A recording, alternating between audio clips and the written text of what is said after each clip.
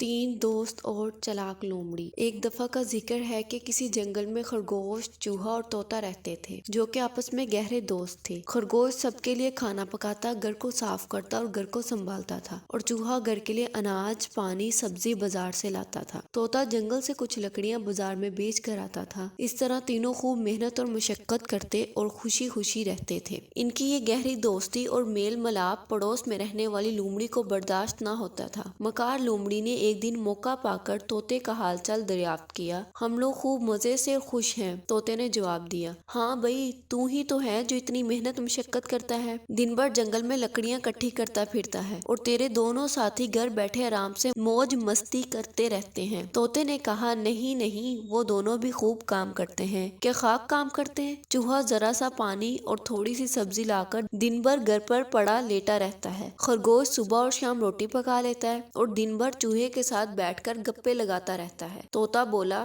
نہیں نہیں، ایسا ہرگز نہیں ہے۔ اچھا ٹھیک ہے۔ اتنا بول کر لومڑی اپنے راستے چلی گئی۔ طوطے کے دل میں خیال آیا کہ لومڑی صحیح کہہ رہی ہے، کام کاج تو میں سب سے زیادہ کرتا ہوں۔ طوطے نے شام کو گھر لوٹنے کے بعد چوہے اور خرگوش کو کہا، روز روز لکڑیاں لاتے لاتے میں بہت زیادہ تھک گیا ہوں، اس لیے ہم آپس میں کام بدل لیتے ہیں۔ میں گھر پر رہ کر کھانا بنایا کروں گا۔ چوہے اور خرگوش نے جب یہ انوکھی بات سنی تو وہ بہت حیران رہ گئے۔ پہلے تو ان دونوں نے طوطے کو منانے کی بہت کوشش کی، لیکن جب وہ نہ مانا تو چوہے نے کہا، چلو ٹھیک ہے، میں ہی جنگل سے لکڑیاں لے آیا کروں گا۔ دوسرے دن چوہا لکڑیاں لانے کے لیے جنگل چلا گیا۔ شام ہو گئی لیکن چوہا گھر واپس نہ آیا۔ خرگوش کو بہت فکر ہوئی۔ اس نے کہا کہ چلو طوطے بھائی، چوہے کو جنگل میں تلاش کرنے چلتے ہیں۔ تم گھر پر ہی رہو، میں خود جا کر دیکھتا ہوں کہ چوہے کو دیر کیسے ہو گئی۔